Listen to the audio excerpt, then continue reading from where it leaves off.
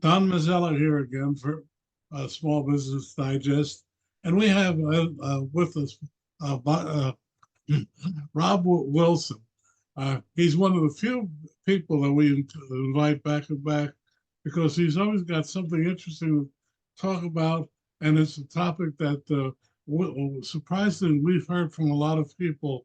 Um, there are new laws coming into effect about what I call the 1099 people, those people who aren't on your payroll but work for you. So without further ado, welcome to the program again. Thanks, Don. Thanks for having me back on. Appreciate it.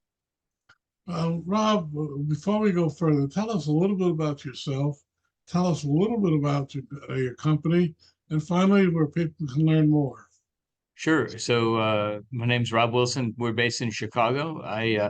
I co-founded with my brother and father, younger brother, Employco USA 27, almost 28 years ago in back in 1996. So we're a HR outsourcing firm. So we help clients regulate the HR world, everything from hiring someone to making sure that you're in compliance across the country to helping them buy employee benefits in volume. So small businesses all over the country.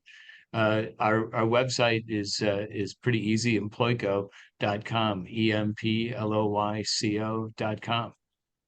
Well, I'm going to push back a little bit because you, like a lot of people, you push over your personal background, which, uh, which it to me has always been fascinating. Just give us a little bit, please. Yeah, I started my first business when I was in college. Actually, back in the day, had long hair and managed rock and roll bands, and started my first business as sophomore in college, and had a small record company and management and booking agency, and eventually from there got into the insurance business with my father, and who had an existing business that he had started in 1979, and so mid 90s uh, I saw the opportunity to launch another business, which later became Employco, and trying to help small businesses. So I been exciting going the ups and downs of running your own business, and then going through COVID and came out COVID super strong. I've got two of my three kids in our business, so it's great having the third generation in the business.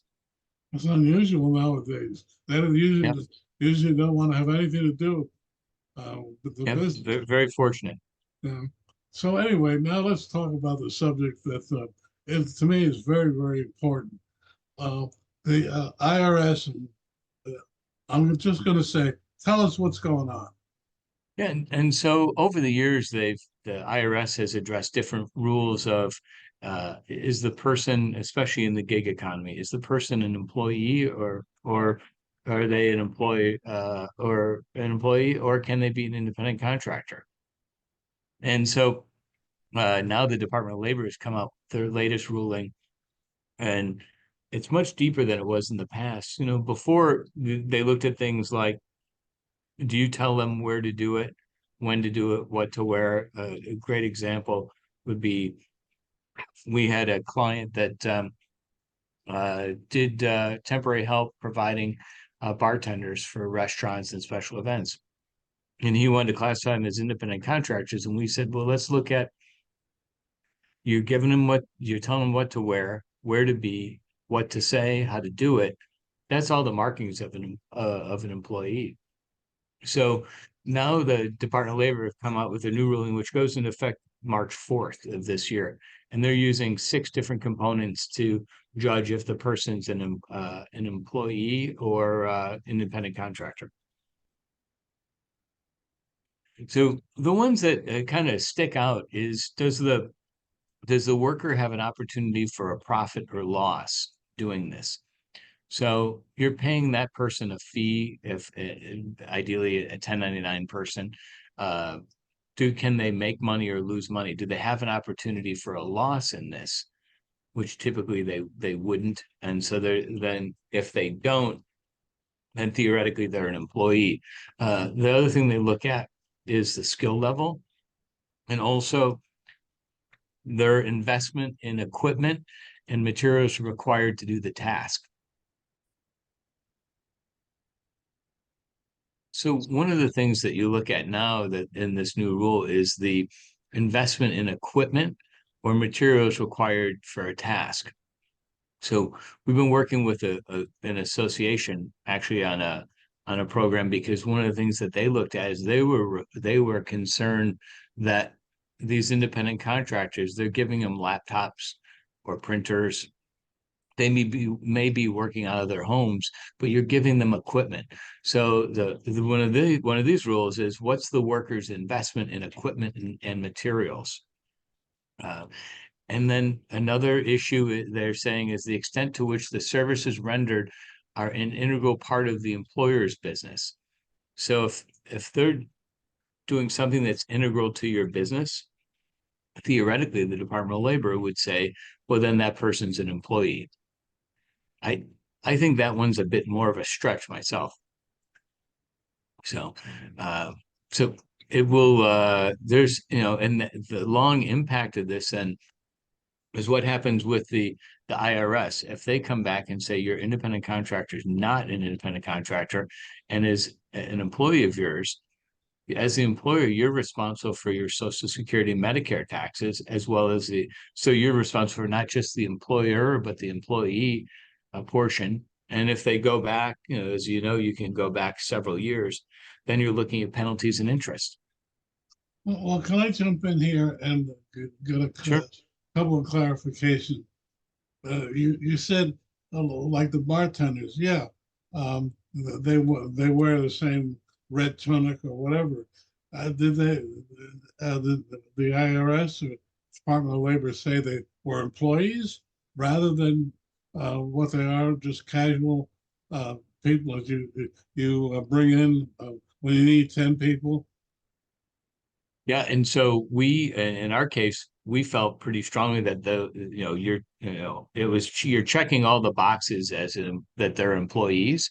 So we wouldn't proceed with this prospect. So I'm not sure if they were flagged for an audit or not, but the exposure is there, especially when the IRS can go back multiple years.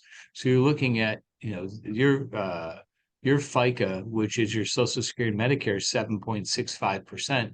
And if you're not withholding that from your employee, you owe that portion as well. So you're talking about 15% exposure.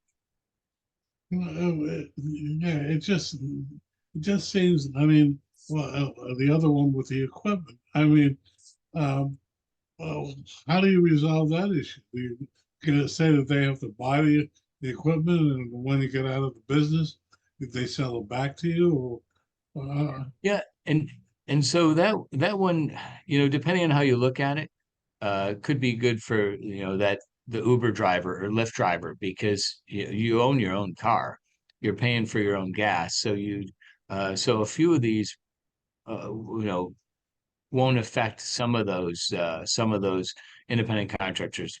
You know, most likely you're the Uber drivers of the world. well, you were saying that uh, the ultimate goal is to drive away all 1099s. You Well, they definitely want to see that number reduced, and you've seen it in a number of states too, where California and some of the other states they're looking at it from you know uh, theoretically a benefit standpoint, but also from a tax standpoint, because from an employer you're paying state taxes. know, but in my case, I could not afford to put on my my tech person and a marketing person and pay them full time. It just isn't in the cards. But nor could my IT guy make far more money dealing with seven companies rather than one. It doesn't make sense. What do you say to that? Yeah, and so from that standpoint, an IT provider is a perfect example of he's working for multiple people, and so if you can show that if I'm that IT provider that I have multiple clients and my income isn't solely relied on from your business, you've got a really good stance. So the other issue too is if you are an independent contractor, ideally you want to be incorporated, because if you can show that you're a corporation versus an individual, at least from your standpoint, if you're paying an independent contractor, if they're a corporation, you're getting rid of that potential tax exposure. Yeah. I mean, that's the other thing.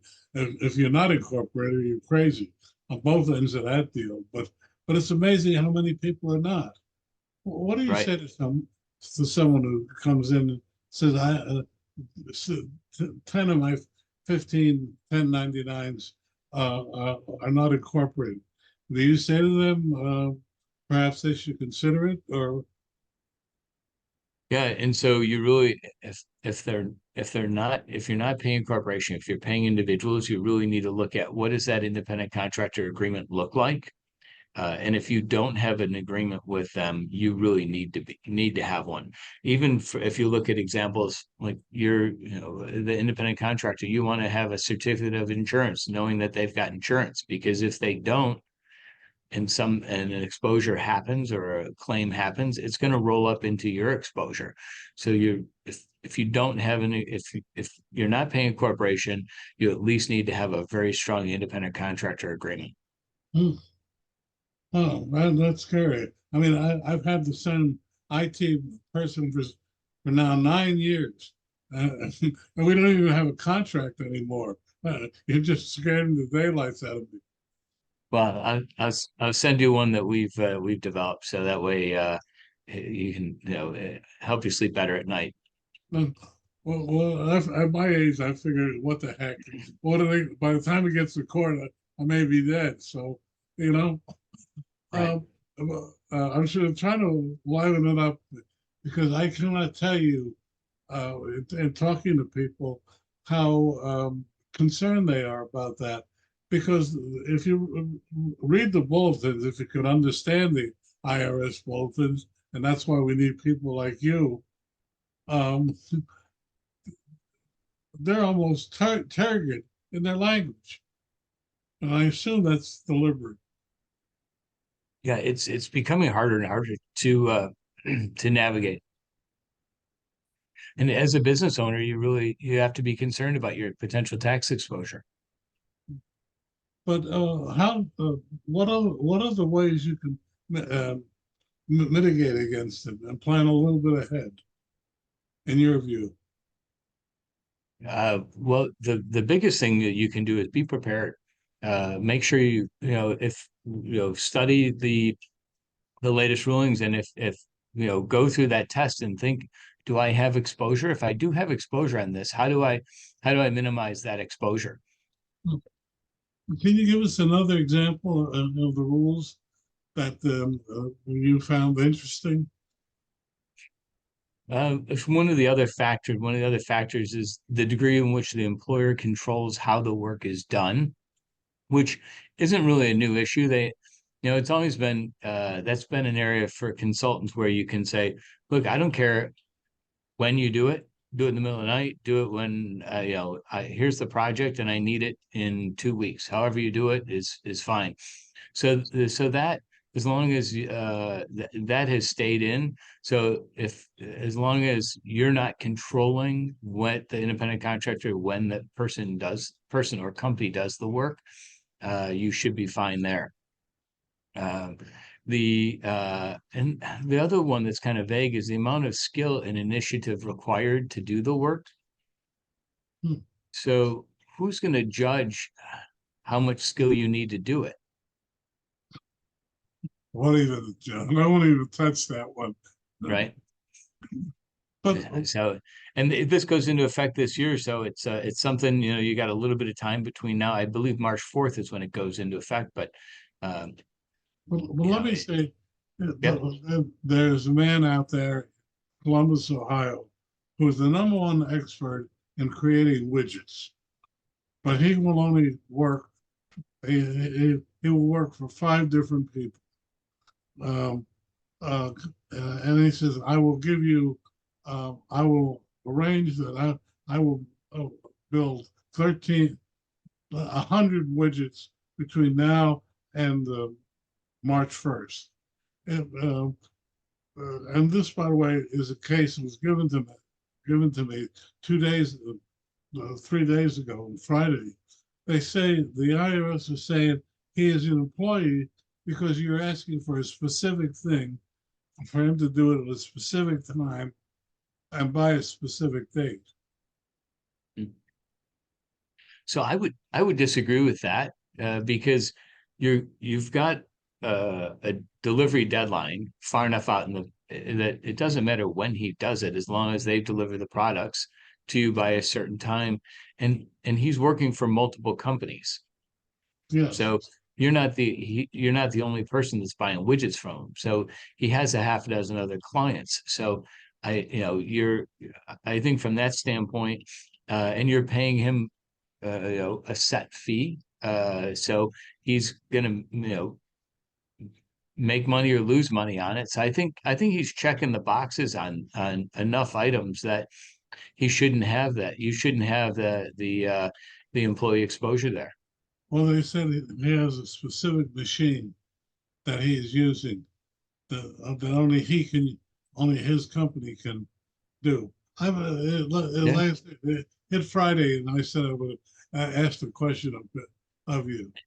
Yeah, and it's his machine. It's now it would be different if it was your machine and he was operating it, but it's his machine. But if it were my machine, and even though he was giving it to 5 other people, Well, I was thinking if he's in your factory using your machine and if and he's just an operator, but mm, that's not the case. I think you've got to, I'm not an attorney, but I would think you've got a decent case. mm, well, that's what to me. What's the interesting thing is that the IRS and the Department of Labor is trying to do it when 1099 is really the way that's helped small business over the years. Hmm. Yeah, you're seeing both on a state standpoint and a federal standpoint, definitely crack down more on independent contractors. Your website for people who want to learn more? Sure, employco.com, employco.com. I was curious, how did you come up with the name? I always ask that question. My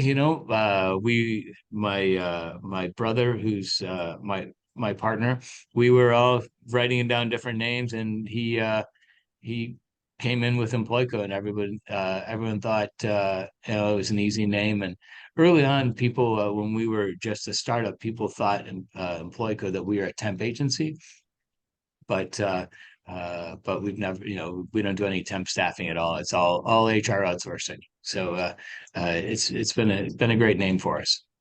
When you say HR outsourcing, what do you mean?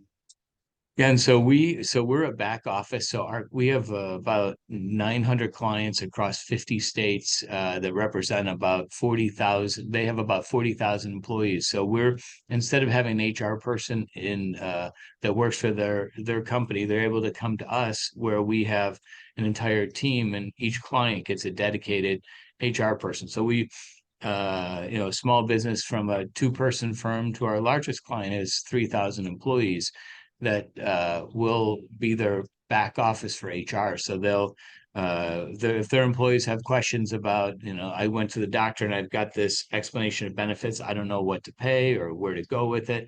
What should I do? We handle that. So they're never calling the 800 number on the back of an ID card. The client gets an EEOC complaint or an OSHA complaint, or they want to hire someone or fire someone, or they're hiring, and what does that onboarding look like for your new person that starts for you? So really anything HR related. So we've got a team here, and then some of our larger clients will actually have someone from our office work inside their office. Hmm. Well, what do you see the trends among small business and HR? What are the bigger issues now heading? Yeah. And so one of the biggest issues that we see right now is the return to the office. Smaller businesses have really returned. The larger companies, especially in major cities, are starting to come back. So it's that hybrid worker. Uh, initially the feedback was even the younger generation, they didn't want to come back. But now what we're seeing is your younger generation in your 20s and 30s, they want to be back in the office because they want, as they look at their growth in education, they want to be back in the office more and more. So yeah, that figuring out that flexibility is the issue right now. How many days a week are in the office versus working remote? So that, and then items like this is going to be an issue for a lot of companies, and then just in general compliance, healthcare is still an issue, but really the return to workplace is probably the thing that's the biggest part on people's minds right now. Well, let me ask you this question. The Wall Street Journal last week had an article about the fact that if you had stayed home rather than come to the office, your chances of promotion got lessened. Have you seen that anything remotely like that? I definitely, and you don't see a lot of firms talk about it officially because they don't want to go down the discrimination exposure. But yeah, in talking to companies, you definitely hear them say, "Well, look, whatever the type of business is, typically it's obviously clerical related in nature, whether it's consulting or uh, that person in the office is able to learn more and be more involved in the operations. So not out of sight, out of mind, but you definitely have heard that we have definitely heard that someone in the office is probably likely to get promoted. Hmm. Yeah, well, when I saw that, you get a chance to say have lunch with the boss occasionally, which you don't have when you're home.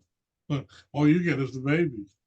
Yeah, or you have an issue of, hey, I'm working on this. I could use your help. So much easier to, you're in a cube to look across the room or to walk down the hall to your boss's office and ask, hey, I need your help. Or the reverse, they're working on something and they can pull you in Hmm. because you're there. Yeah. Well, your website one last time. It's employco.com. Hmm. Okay. What would you like to leave our audience with today? Yeah. I think in today's marketplace, especially with if you have people working remote, it's looking at those. Take a look at the regulatory issues of if you're doing business in multiple states. That's something that's a big issue today of compliance, and how do you stay in compliance with all the state rules around the country. So that's something that we're pretty active in. Well, Rob Wilson would say at the end of this time, thanks again. I always enjoy hearing from you because you teach us so much. Thank you. I appreciate having me on, Don. Thanks.